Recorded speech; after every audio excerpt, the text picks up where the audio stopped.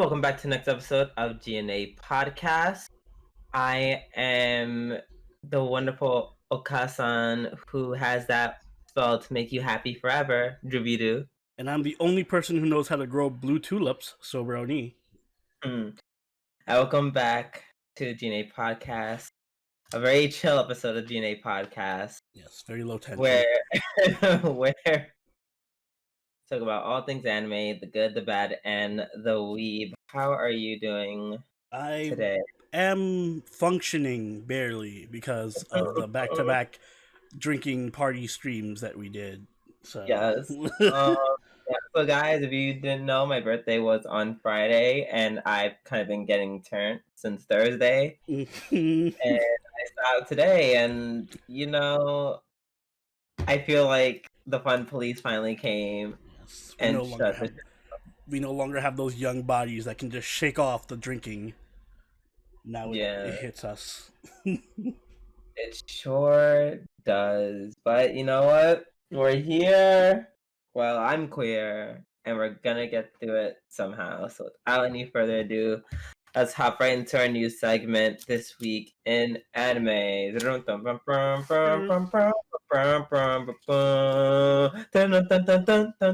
Okay.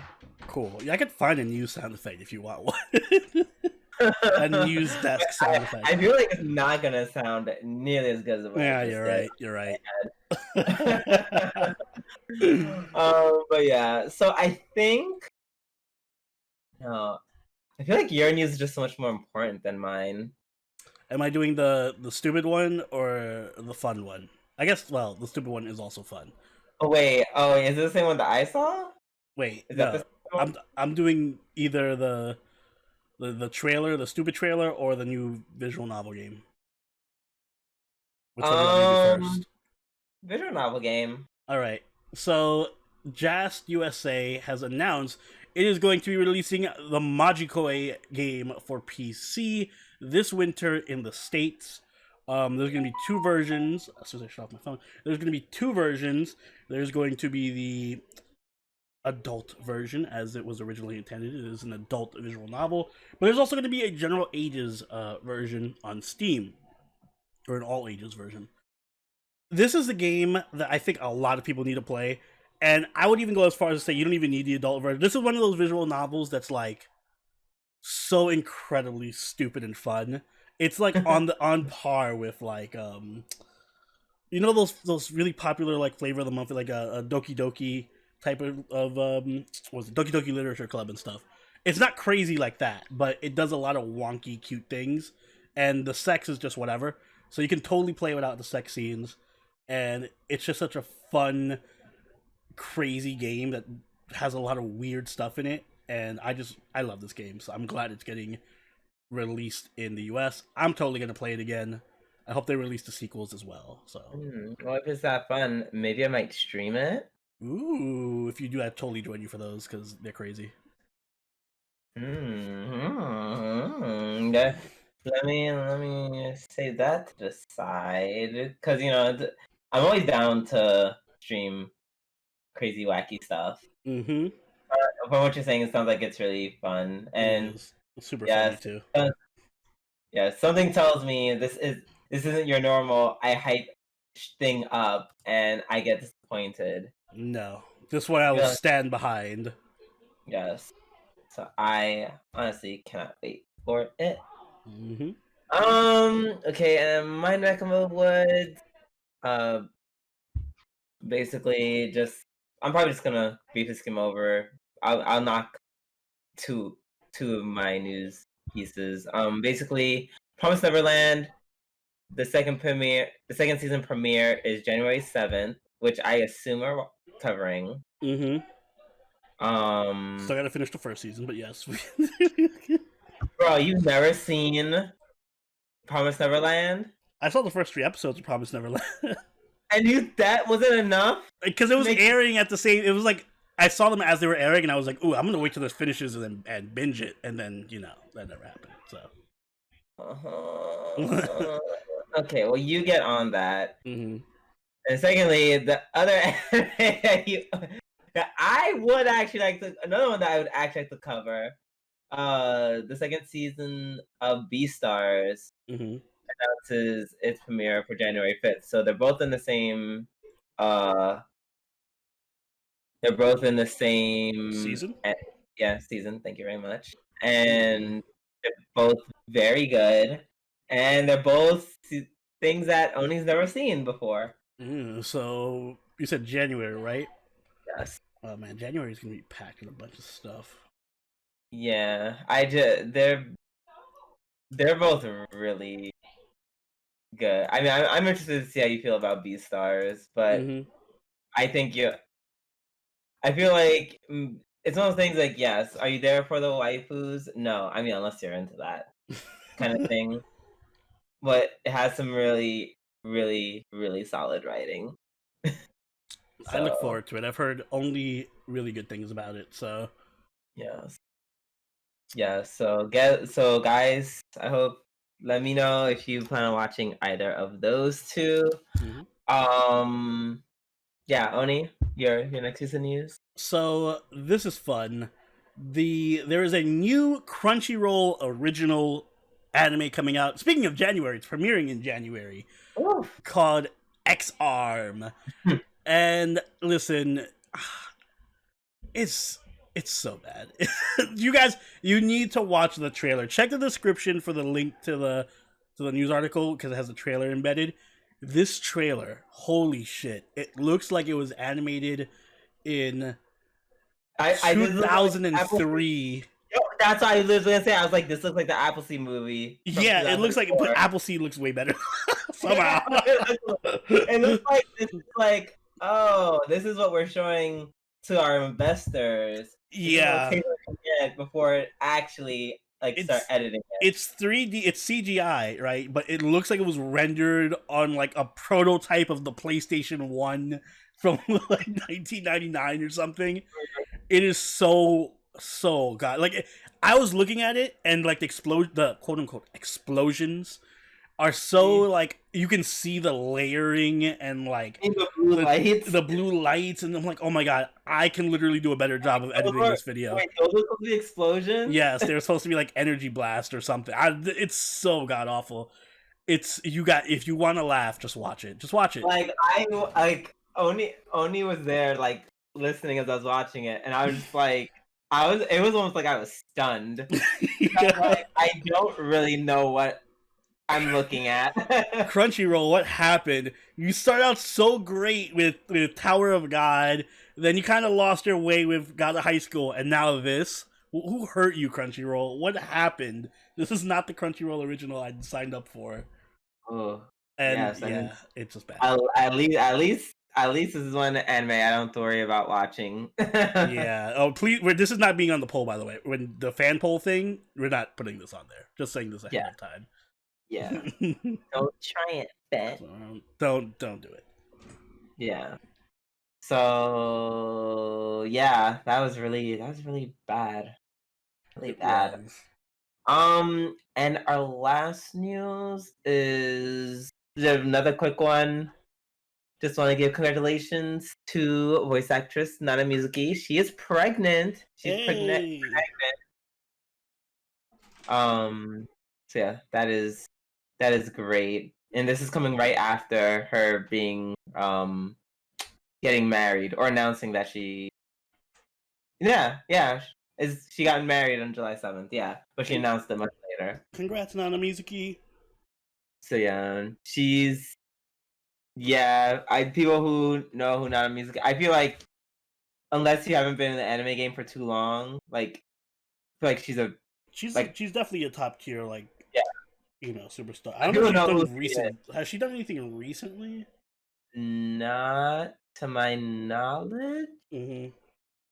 I mean, I'm not super versed on Seiyu roles myself. Neither, but yeah, she's definitely done enough that she's up there. Yeah, she's given so much to anime, Mm-hmm. like years and years and years, and also an incredible singer. Yes, her openings are bangers. Yes, shout out to Magical Girl Local Nanaha. Mm-hmm. Oh, she did all of them, right? She did all the openings. Yeah, she did all the openings for Nanaha. They're all great. So Nothing but blessings and happiness for her. I want nothing but a safe, healthy pregnancy, and yeah, congratulations. Yay. Congrats. All right, enough of that mushy bullshit. Time to get to what we really want, and that is our weekly reviews. And I believe we're starting off with Golden Kamui, Season 3, Mm-hmm. Episode 4. 5. 5? 5. 5. I looked at last week's notes, that's why. Teehee. This episode was it kind of felt weird until the end for me. Uh, so it's really, I will say this, this episode really makes me wish that Sugimoto and Asirpa were together. Yeah, that team definitely has better chemistry and antics, I think. Yeah. Like, Shiraishi did the best he could. Mm-hmm. It was definitely, like, different. I guess that's because Ogata, he's not really, like, a haha comedian Mm-hmm. person. Right. Neither is, Kiroranke. Yeah, Uh, they aren't the best. They did have so a yeah. couple of moments, but Moments. And, I was just chilling, and then, I think I was fine. Like, this is still a good episode. I can't say that any episode's a bad episode mm, because I don't think they are, but because ultimately, like, the whole standoff with the Russian border patrol, exactly. That was yeah, what I got good. For me, the whole yeah, first half of the episode was just like whatever, and then once the Russians showed up, I'm like, oh, shit's going down, and then it became really good. yeah. So it was like, and I was like halfway through. Mm-hmm. Have them having a sniper match was pretty interesting. The rest of the Russian soldiers are complete idiots, and they don't. I like how they just pick up a bomb. Yep. They're like, huh? What's this? Mm-hmm. Oh. uh, Silly. I wish there was more Sleepa. She didn't really do much this episode. yeah. Her main objective was like, wow, something triggered my memory. Mm-hmm. Hmm. I would say I would have liked if they maybe started doing that a little, or maybe they did and I forget because it's this is season 3. But like I would have liked if they built up to that. Like thinking about the memories with her dad. I I'm feel pretty like sure they they did. tried Did that in they? season. I don't I feel like remember. they did. Yeah, I can't remember. There's too much. Listen, I'm watching like the from the beginning with a group of friends. I'm watching this at the same time. Only natural. I forget what's in the middle of the sandwich. Mm-hmm. We had a little bit of with Kiranke at the end too, where he's like a wanted person apparently in Russia. Yeah, that was pretty. And that's what I'm saying. Like most of the episode is fine because even before the standoff, they're like, oh yeah, so Kiranke, he was a terrorist. Yeah. Did they say he killed the emperor or something? He's involved in it, but he was Okay. involved. He was involved in the plot. Yeah, So yeah, he's got some. Well, we always knew he had some shady shit going on with him. So yeah. Well, I didn't think it was ship terrorism. That's yeah, I that's didn't think he was a terrorist in Russia, but yeah, that's good to know. And yeah, I'm looking forward to seeing what happens next week. It's probably gonna be a big sniper showdown between what's his face and the Russian dude, Russian border patrol guy. yeah. For some reason, I don't know why the Russian border patrol guy doesn't realize that that's not Ogata. Like Ogata isn't just chilling there anymore. Yeah, That's yeah, like, that's kind of like you would notice that kind of quicker, you know. Like he was just staring at it the whole night. bro. But what if they bamboozle us and be like, yeah, that was actually me the entire time? Dun dun dun. They I'll give them would do props for that. that. If they, yeah, they would totally do that. Would they totally would? Yeah, I don't know. This episode was cute. Like, it kept me entertained. I would have had to do. Hmm. I like that Tsurumi. Even in 5 seconds, he's stirring the pot. So Yeah, you know what it is. he always shows up to just cause chaos. Also, poor reindeers. Fucking poor reindeers. So many reindeers died this episode.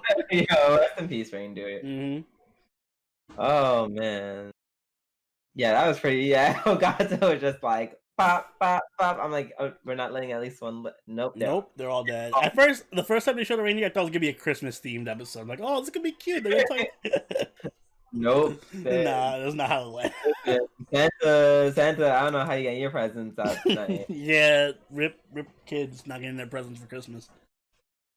Yeah, if I knew how to do the little rhyme for the reindeer, I would probably say I'd be like, oh, rip Prancer, rip Dancer, rip, Yeah, and so Dixon on and and so Dancer forth. and whatever. But you know, We need to watch. We need to go watch what's a a Christmas marathon. Christmas marathon? Like, what do you mean Christmas Like marathon? they do the marathons of the Christmas movies. I mean, sure, whatever you want. I'm literally just here for the music. Mm, Christmas music's literally top tier. yeah, Christmas music is horrible, but we'll argue that another time, unless you want that to be the the filler arc. It's your time. It was a good time. But Christmas music aside, let's move on to Tonikaku Kawaii, episode 6. Yes. Speaking of cute episodes, which is every episode of the show, to be honest. Yeah, it's some straight diabetes. The whole first little segment of Tsukasa like getting out of bed and then going into his bed and then kissing him was so adorable. Oh, it was. It was like choo choo choo, and then back she's like back to bed I go. Back to rolling on the floor, which kind of I said this when we were watching it, but it kind of sucks that she just sleeps on the floor. You would think she would just sleep on he would let her sleep on the bed and he would sleep on the floor or something. Feels like the more gentlemanly thing to do. Maybe I'm just old fashioned. Yeah, you are old fashioned. I'll make sure my girlfriend sleeps on the floor. Oh. I don't want to be old fashioned. Or they could just sleep in the same bed. Sorry, bed's not big enough. Said it clearly was. That's what was blowing mine. Yeah, also, that's true. When she's like, "Oh, she always pins her head up, and then it always comes apart." I'm just like, "Listen, don't come for me and my do-rag shenanigans, okay?" That definitely is what always happens. I definitely go to sleep with my do-rag on, but does it stay on throughout the night? Nope. It just magically peels off. Yep, has a mind of its own. So what else happened? Oh, I'm only asking because I didn't take any notes. There was a little camera section where he bought the camera.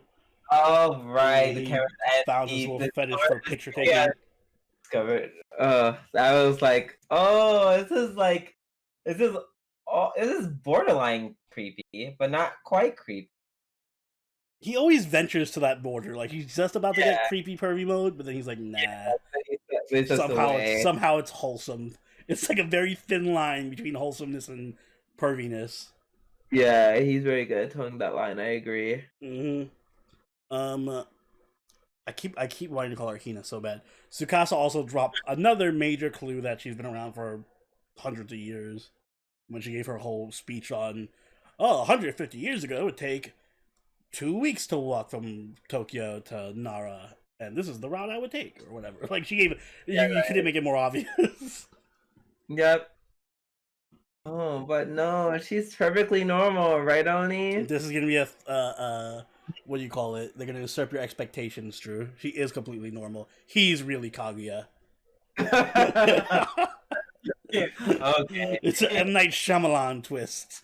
That would be hilarious. Also nonsense. Yeah, well, we'll find a way to make it work. Was that it? The mom showed. Well, the mom's going to show up. Mom seems very interesting. I'm looking forward to seeing how random and weird she is. So she seemed pretty weird on the text. She did. Oh, right. You mean his parents? Mm-hmm. Yeah, traveled to see his parents. And what's her face? Tsukasa's quote unquote sister followed her with the maids. Which, I'm fine with seeing more of the maids because They're fun. They're always fun. They made I that like. very fun. Like them a lot. Mm-hmm. But yeah, I think that's all I have to say about Tonikaku Kawaii. Cute anime as always. Next, we have DanMachi season 3, episode 6 for all of you that don't Spanish. Was this episode cute, Drew? Huh? Yeah, not the word I would use. I mean, it was alright. Hmm. You will never go beyond all right for DanMachi. I'll take all right to mean that this was a great episode from you. Okay, it wasn't a great episode. It was very plotful, which I like. It was. It was. Yeah. It was very plotful, but not in a way that it was like. I mean, yes. Was it dialogue heavy? Yeah. Yes. It was only dialogue But heavy towards the middle. Like that was my one issue with it is the little exposition dump that they gave in the middle of the episode. Where it's just like, let's talk about the history of the labyrinth real quick and elaborate on it and stand here talking about it for 15 minutes of the episode. That was kind of like a bit heavy-handed. I don't know. I feel like this episode very much just like represents what I think of DanMachi as a whole. There was some fighting action, but not a whole lot to keep me interested. Well, to be fair, they are setting up for next week. So. Yeah. The plot, but it was meaningful, so it didn't suck. Like, I mean, yes, did they do a little much with exposition? Yes, but it did build up to something. Mm-hmm. I'm okay with that. Like, it was like equivalent. It wasn't like a bunch of exposition for something that didn't matter at all. Yeah. But still, yeah, a little bit too much. The only thing it missed was ecchi. Then it would have been the typical DanMachi episode. Yeah, I did like I liked Lid the dragon this episode. Mm-hmm. I like that and that was a very good like interaction with Belle, where he's just like, yeah, I'm out to kill these motherfuckers, but Belle, you can't be involved with us because no, they're probably gonna kill you. Yeah. Like I said, I like that. I like this whole three-way fighting going on between the monsters and humans and the dickheads that have the thing. Yeah, I like that that people who came to check up on Belle, like, you know, I forgot what her name is. Like, is it Aisha? I keep calling her Aisha. Aisha's one of them. Yeah. You mean the elf girl? Yeah, elf girl. Yeah, I forget what her name is. I think it starts with an R. But yeah, she was just like, so you should like give up this whole monster thing and come back home. And he's like, no. And she's like, well, I tried. I need to save my weenie. Yes, his weenie is in trouble. Listen. I forget what level Belle is, because I know they said at the end the Isn't he like level 5. Maybe he's level 3. I thought he was level 4. Was he level 3 or 4? What level is Eyes? Is Eyes level 5? Yeah, she's level 5. Oh, I thought they were similar in level. Never mind. Ice needs to show up and get something done. Oh man, if Ice shows up and actually saves the day, I'll laugh my ass off. I mean, yeah. I don't even understand how. I don't even know how they would like set that up. She just pops out of nowhere and is like, "Here, Belle, I'm here to save you." Okay, well, it's like always. Yep. Great. That's what I want to see. And something that not only makes no sense, but it's also repetitive. No, I'm pretty sure we'll get like a pretty decent fight between decent by DanMachi standards fight between Belle before you start thinking, well, this fight wasn't on par with what I saw from fucking Attack on Titan. Guardian. It'll be better than Ginno Guardian. Maybe not as good as God of High School. Yeah, well, we'll see. We shall see. I'm sorry. There's one thing I'm about is definitely their fighting. Like that's easily like the weakest part of this series. I just want for it to me. be as good as the fights were in season. The season 1 fight was actually really, really good. I'll say the fights this season are a little bit better. Definitely better than season 2. Season 2, I don't know what the hell that was, but Hey. yeah. All right, enough shitting on Oni's favorite anime. Yes. Let's move on to Higurashi. Yep. Higurashi no Naku Koro ni Go. Episode 6. Is this my episode of the week?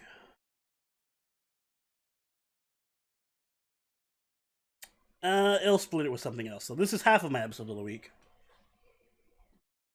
Okay. Yeah. Let me get my episode of the week. So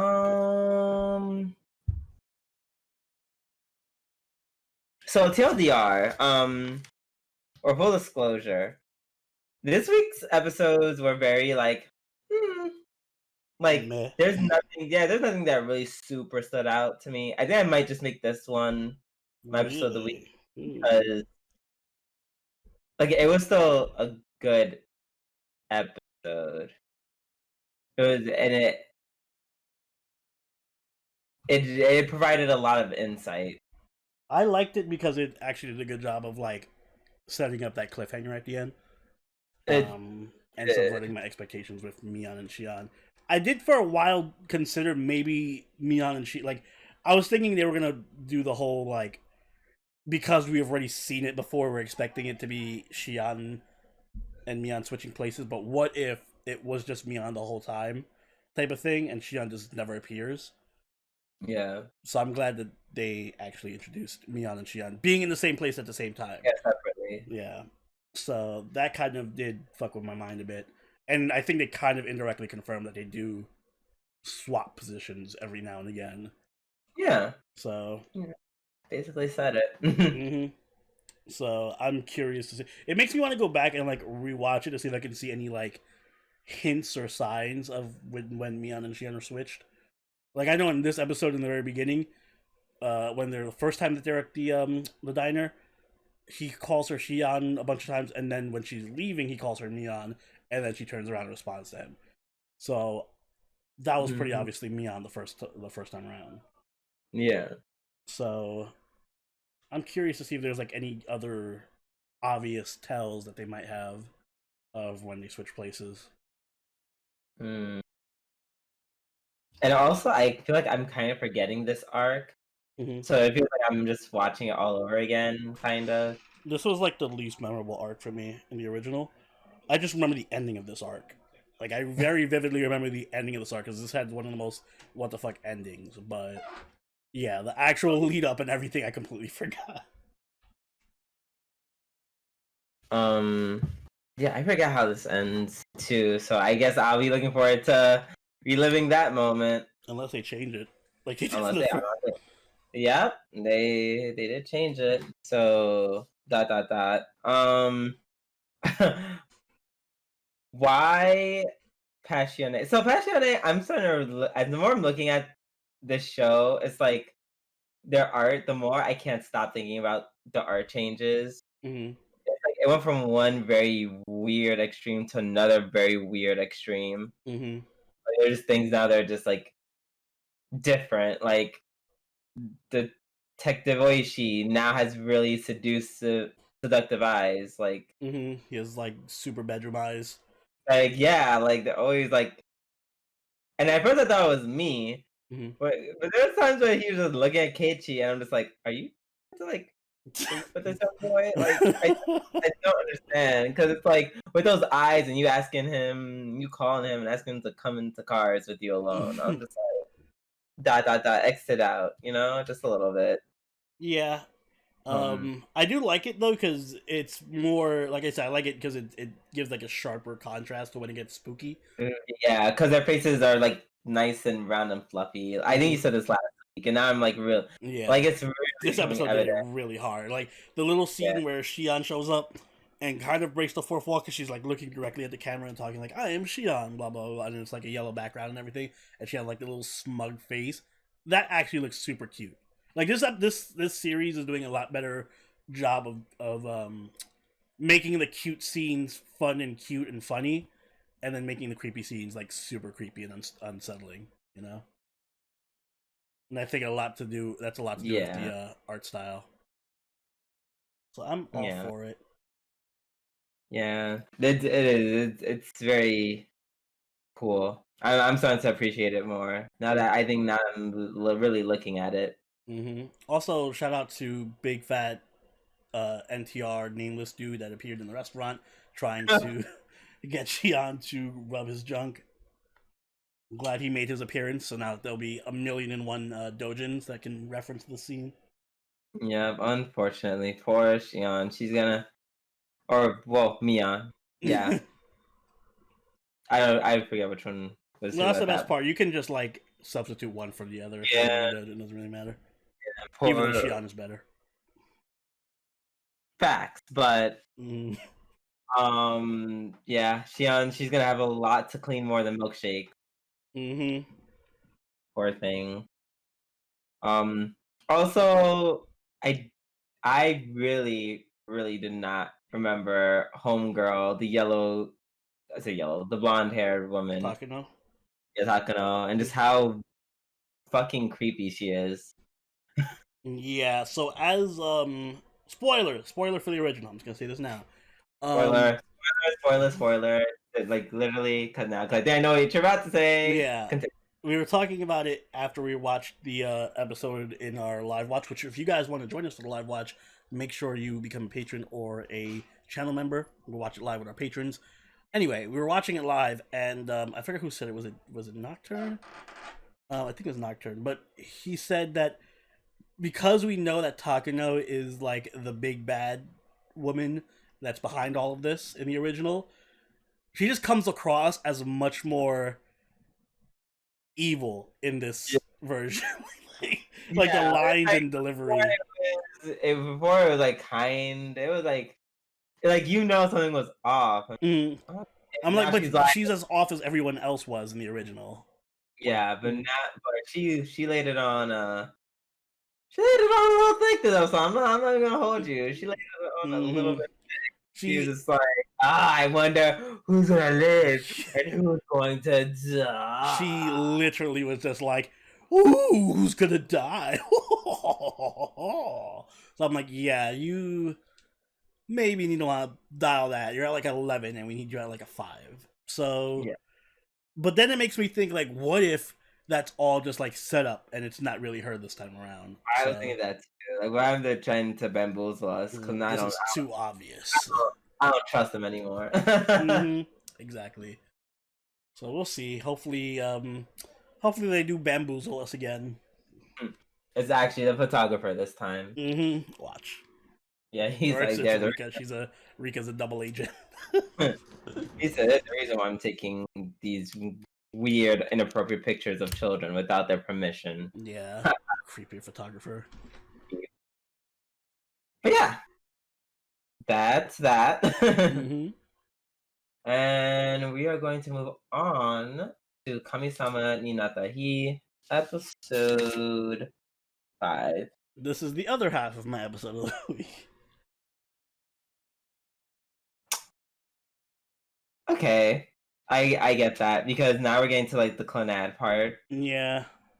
If I were to do a Clannad scale, this is not like I didn't cry this episode. No, this is not a cry one. It See, yeah, wasn't a cry one. this is a very much this is like almost like you're excuse me, checking your temperature. Like, Mm-hmm. This is the get your feet wet episode. It's like get ready because we can pull the crying card at any moment. It gave super strong Violet Evergarden vibes. Remember that one episode of Violet Evergarden where the mom keeps writing letters for every day, every birthday or whatever for her daughter after she dies? Oh, That was literally this episode, except to a much smaller degree. yeah. Oh, oh, oh. The one time I almost cried was when they actually went to the credits, and then there was like, oh, here's all the flashbacks of her and her mom together. Mhm. So I remember. Oh my god, no! You can make me cry in the middle of the podcast. uh, but I think this episode actually was surprisingly good mix of sad drama, but also pretty funny at certain yeah, points. yeah. I agree. The dad, the dad. I like that he wasn't just like I'm just sad. Mm-hmm. Yeah, when he started going crazy over the food and stuff, that was actually Exactly. really funny. Apparently is Yuta trying to like lure him out of the house over and over and over again with the same lines. like, hey, I'm what's his face Yoda. Mm-hmm. Yeah, that's pretty funny. So I guess the reason why I was like, oh, this episode's cute, Mm-hmm. I think because it wasn't like I said, it wasn't too fun. Like they still had some humor in there, and it wasn't like too dramatic or too heavy. Mm-hmm. But I guess for me at the moment, I'm like I would have liked one or the other, and like combining both was it was cute. It wasn't impactful. Yeah, I kind of get what you mean because it ended on a really weird note too. Yeah, it kind of felt like Tonikaku Kawaii, kind of this Mm-hmm. in that general like lightness. Like it doesn't get any heavier than one of those episodes, honestly. Like Yeah, because no one really did cry. Like everyone, it just felt very like open and shut, kind of. it did, but it had like this weird anticlimactic ending where it's like, oh, I'm gonna confess to what's her face for her name already. I'm gonna confess to her because she's yeah, he's not me because she's here and all. And it's like the perfect setup and everything, and he just doesn't. Like it's funny, but at the same time, it's like super anticlimactic. Like I actually wish he did, say something. Although the other part of me is kind of like, it is kind of cheating, Yeah, It no, feels that's kind of emotionally manipulative to. yeah, exactly. Like you just helped her get closure about her mom, and you now be like, "Can you date me?" Yeah, I've been super poor taste. Honestly. Um, but yeah, I feel like they just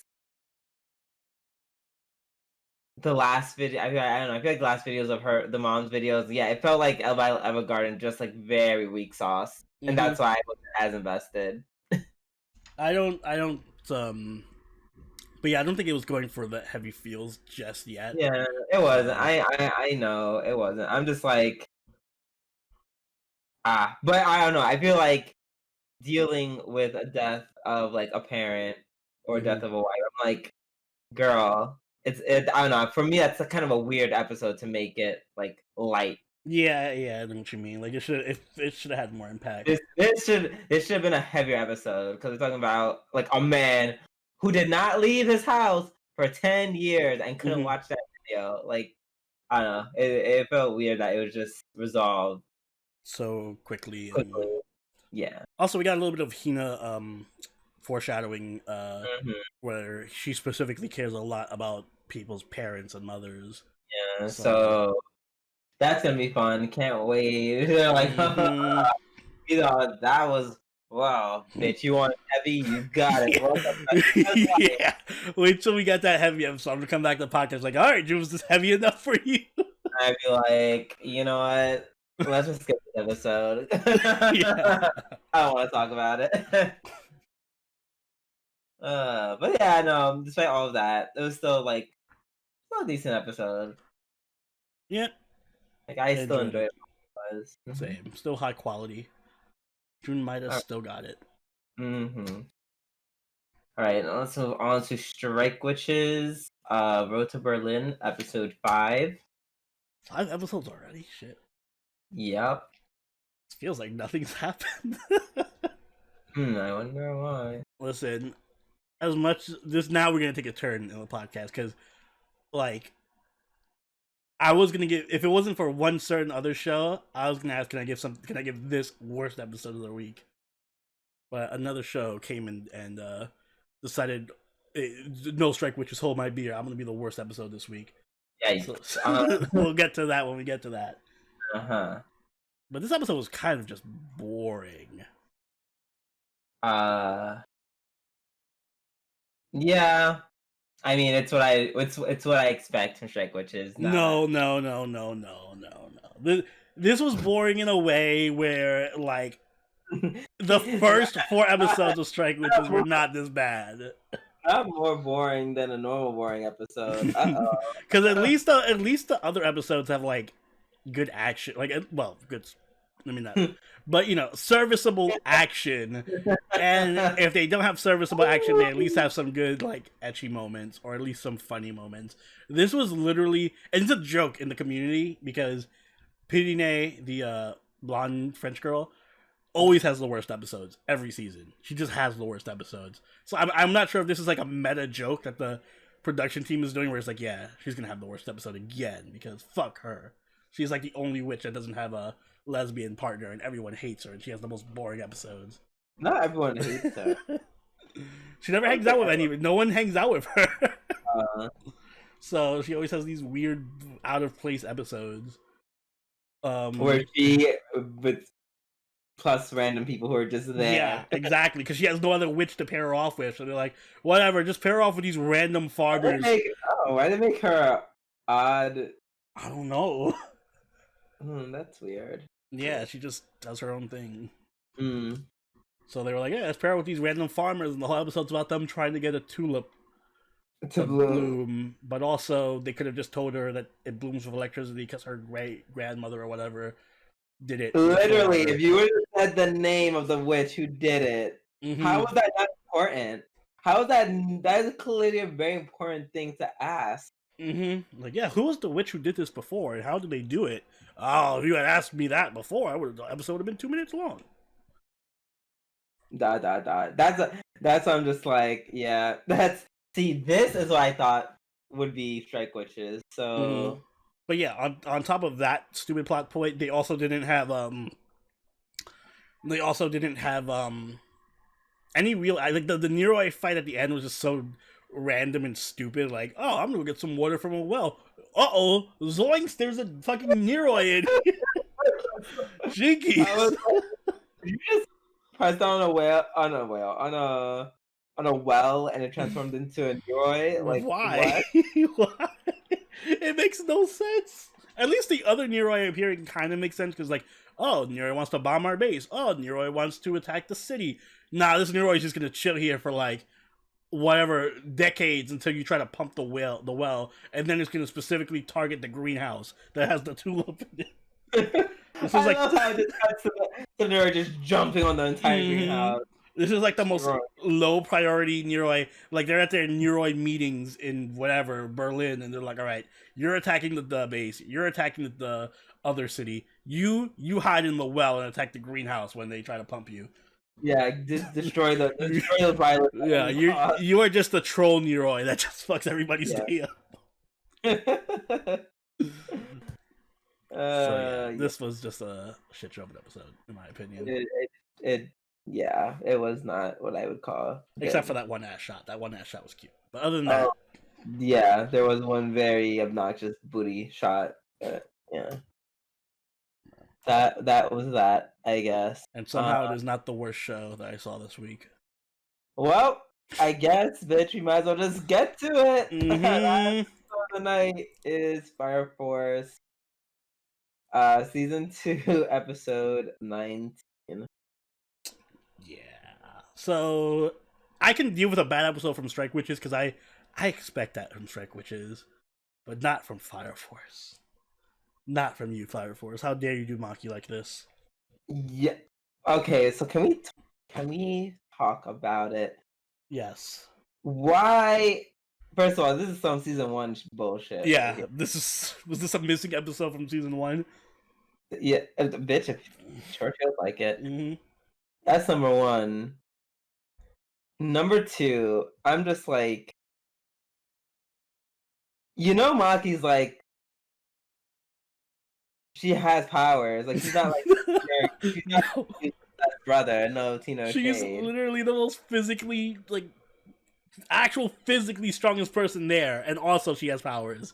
and she's been in tons of fights this season alone. She's been in a bunch of fights against Evangelist and held her own. But no, now it's too much. We can't take you, Maki. It's too dangerous. But we'll take Iris and Tamaki with us because they're so much more powerful and reliable. Okay, so that's what confused me. And now it made sense that the father. Excuse me, I need a drink of water. Excuse me. Now it makes sense that her daddy was like, "Oh, I didn't know you were fighting such dangerous conditions. When, come back." What really doesn't make any sense is Hinawa telling her to go back. That was stupid as fuck. Yeah, that was actually dumb. It's like she's just as good as he. Like, what? Yeah, this whole episode was just like, we need to like force this character development thing for her, so we're just gonna have all these people act out of character, so that and none of it makes a lick of sense. Yeah, including Maki. Like, she wouldn't just like up and leave, like, oh well, peace, people. Exactly. Like, and then she was like blaming herself. She was like, "Oh, well, it's not Dad's fault or Hinawa's fault for this happening." I'm like, yes, it is. They both literally told you to leave. That's exactly their fault. There was one point where Shinra was like, where of course Arthur, the only voice of reason, comes in and he's like, "Where the fuck did Maki go?" And then Shinra was like, "No, she left. She's never coming back." And then he's like, "No, she's coming back." And then Shinra was like, "No, she chose this for herself." Like, no, she fucking didn't. Y'all just kicked her out, and her father forced her to come back to the army. She did not choose this for her. She didn't just walk in and be like, "Guys, I decided to leave." Y'all just kicked her out. And then made her off. Yeah. And I think what upset me the most, is that they made her a fucking secretary on top of all of it. Yeah, even more insult to injury. Like, really? See, this kind of plot point would kind of work with, someone like Iris who doesn't fight or do anything, or Tamaki who sucks. Yeah, or as much as I love Tamaki, Tamaki who can't really do much, but Maki who's one of the strongest people on the team. This would be if in Fairy Tail they were like, "Listen, I don't know, Urza, you're gonna have to sit this one out. I don't think you can handle it." Yeah, I think they're forcing the whole kind of feminist girl power thing on her. Yeah. But at the wrong time. This would make you the first 5 episodes in. Exactly. Yeah, what a badass Maki was. It would have fit perfectly a long time ago. Exactly. But now we're in season 2 watching this just makes no sense. It makes no sense because she's such a bad bitch. Hello? Yeah. I don't... And she's been fighting Evangelist and doing all this crazy shit the whole time already. The entire time. So yeah, this just felt super weird, and it's clearly just going to be here just so that 2 or 3 episodes later, Maki can just show up and be like, "Guys, I fought against my inner demons, and now I'm back to help you guys against my father's wishes," or whatever. So she can have her little comeback moment, which is totally unearned because this whole plot point doesn't make any sense. Exactly. It's you're not all these things that Maki's thinking. I just would already assume she had and worked through these thoughts. I'm clearly a badass because I left the military, became a fire soldier, fighting all these people, the evangelists and everything. And no tea, no shade. I've been doing this for how long? Look at me. Now look at your son. Who's the one who's fractured and on the brink of death? Isn't her whole thing that she's insecure about how much of a badass that she is because she wants to be more feminine, but she's like, "Oh, but I'm so buff and beefy and badass and strong." Yeah, it just there's too many there's so many logical fallacies in this entire episode. So even to the point where I'm just you can't just blame all this nonsense on men gonna be sexist. Even for me, I feel that's just such a weak reason. Yeah. For this to happen. And again, Tamaki and Iris are right there. Yeah, right. Two actual women who are way weaker. So yeah. See, yeah, I expect bad episodes every once in a while from Strike Witches, but Fire Force had been going so strong for this whole season, and now just have this weird random plot point in here. Yeah, I feel I'm just gonna be all right, just have whatever moment she needs to have, and just bring her back. Please let that Yes. happen sooner than later. Agreed. Because I really, nah, I'm good. I'm good love on that. The only benefit from this is that I'm pretty sure that Sure got a really badass fight team. Yeah. But yeah, I think that is. Do you have anything else to add to that? Nope, that's all I needed to say. All right, and we don't have anything today for the filler arc. The filler arc is empty. We are still recovering, and honestly, as I told people on Twitter, I honestly spend most of my day trying to figure out my what's happening with my editing software. So that's where all my time went instead of thinking of a wonderful topic for you guys. But I will have one next week. So granted, nothing else blows up in my face. But until then, this is where we're gonna end the episode. Oni, if you'd be so kind as to take us away. Guys, if you enjoyed this episode of the G&A podcast, make sure you hit that like button and subscribe so you catch all these episodes as they go up every week. Also, if you haven't already, do follow us on Twitter, follow us on Twitch, and join the party on our Discord. I always forget what Twitch is called. And if you'd like, you can even become a patron like all these lovely people on screen right now by signing up on our Patreon or clicking that join button below the video. You get a bunch of awesome perks like access to our members only Discord channel, the Midnight channel, and you get to join us for our live watches where this season we are watching Higurashi. So if you want to be a part of those live watches, I'm pretty sure next week's episode is going to be crazy, so make sure you're there for that. And yeah, Drew, do you have anything you'd like to add? Once again, thank you everyone who wished me happy birthday. It really meant a lot.